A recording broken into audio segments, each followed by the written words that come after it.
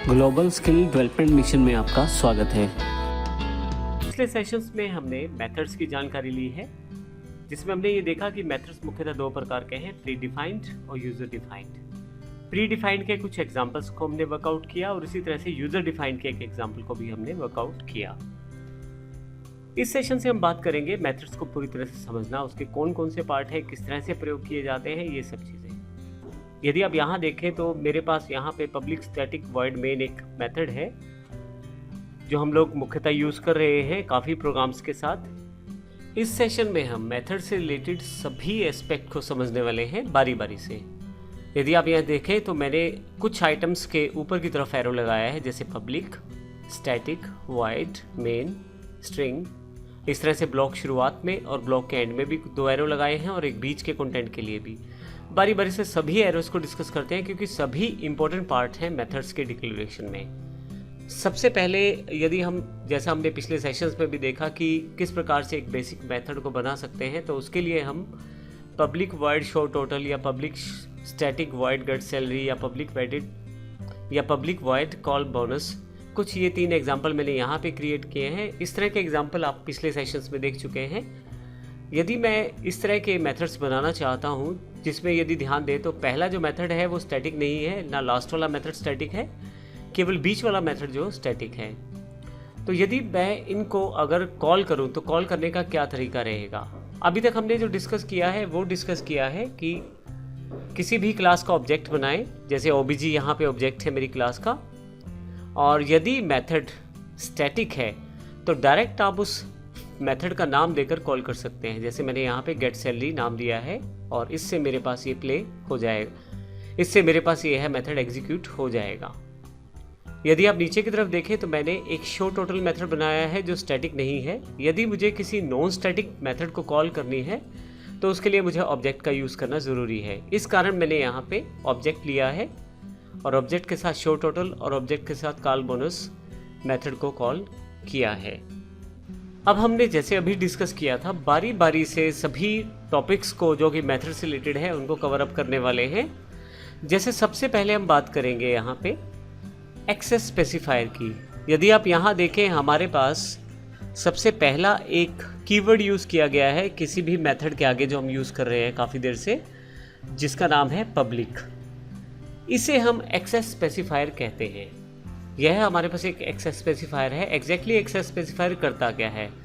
Access specifier किसी class, method या variable की एक्सेसिबिलिटी को डिफाइन करता है। अर्थात यदि हम इस समय मेथड के संदर्भ में देखें तो इस मेथड को कहाँ कहाँ एग्जीक्यूट किया जा सकता है, यह एक्सेस स्पेसिफायर डिफाइन करता है। आने वाले समय में हम एक्सेस स्पेसिफायर को स्पेशली एक अलग टॉपिक के रूप में देखने वाले हैं, लेकिन अभी का जो पॉइंट वो ये है कि हम यहाँ पे अभी एक्सेस स्पेसिफायर को मेथड के कॉन्टेक्स्ट में देखने वाले हैं, अर्थात मेथड के साथ यह किस प्रकार से प्रयोग किया जाता है। एक्सेस स्पेसिफायर सबसे पहले लगाया जाता है मेथड में, और तीन तरह का एक्सेस स्पेसिफायर हमारे पास उपलब्ध है। सबसे पहले पब्लिक। पब्लिक का अर्थ है कि आप जो मेथड आप पब्लिक बनाएं उसे जावा में कहीं भी आप इस्तेमाल कर सकते हैं। आप पहली क्लास में इस्तेमाल करें जहां उसे बनाया है, या दूसरी क्लास में या तीसरी क्लास में, आप किसी भी क्लास में प्रयोग कर सकते हैं, और इसके लिए आप पब्लिक कीवर्ड का प्रयोग कर सकते हैं। पब्लिक का अर्थ आप इसे कहीं भी प्रयोग कर सकते हैं। अगला एक्सेस स्पेसिफायर प्राइवेट है। जिस क्लास में आप मेथड को डिक्लेयर करते हैं केवल उसी क्लास में ही आप प्राइवेट एक्सेस स्पेसिफायर के साथ स्पेसिफाई किए हुए मेथड्स को प्रयोग कर सकते हैं। अर्थात प्राइवेट मेथड्स केवल आप उसी क्लास में एक्सेस कर सकते हैं जिन क्लास में उसे डिक्लेयर और डिफाइन किया गया है। आप उसे उस क्लास की बाउंड्री से बाहर प्रयोग नहीं कर पाएंगे। इसी तरह से तीसरा एक्सेस स्पेसिफायर हमारे पास प्रोटेक्टेड है। प्रोटेक्टेड का अर्थ एक वो क्लास जिसमें उसे डिक्लेयर किया गया है, और एक वो क्लास जो कि क्लियर किए गई क्लास की सब क्लास है, तो वहाँ पे इसका प्रयोग कर सकते हैं। अर्थात आप दो जगह इसका प्रयोग कर सकते हैं। एक तो डिक्लेयर क्लास जहाँ उस मेथड को बनाया गया है, दूसरा उस डिक्लेयर की गई क्लास की सब क्लास, अर्थात जो सब क्लास रहेगी उसमें आप इस प्रोटेक्टेड एक्सेस स्पेसिफायर को प्रयोग कर सकते हैं। हालांकि हम इन सभी एक्सेस स्पेसिफायर्स को एक्सप्लेनेटरी फॉर्मेट में समझेंगे आने वाले सेशंस में, लेकिन अभी ये जो एक्सेस स्पेसिफायर है ये इसलिए हम कर रहे हैं ताकि मेथड्स के अकॉर्डिंग हम सब चीज़ों को वर्कआउट कर पाएँ। तो इस तरह से हम अपने मेथड्स की एक्सेस को स्पेसिफाई करते हैं इनके साथ, पब्लिक, प्राइवेट और प्रोटेक्टेड।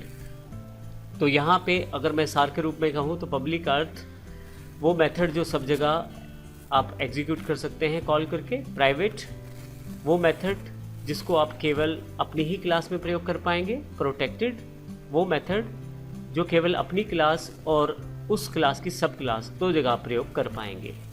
आइए देखते हैं प्रैक्टिकली इसको किस प्रकार से प्रयोग कर सकते हैं। Access specifier example dot Java के रूप में हमारे पास एक पहले से ही एक्सरसाइज अवेलेबल है। आइए देखते हैं प्रैक्टिकली हम किसको किस प्रकार कर सकते हैं। यहाँ हमारे पास लेफ्ट साइड पे एक्सेस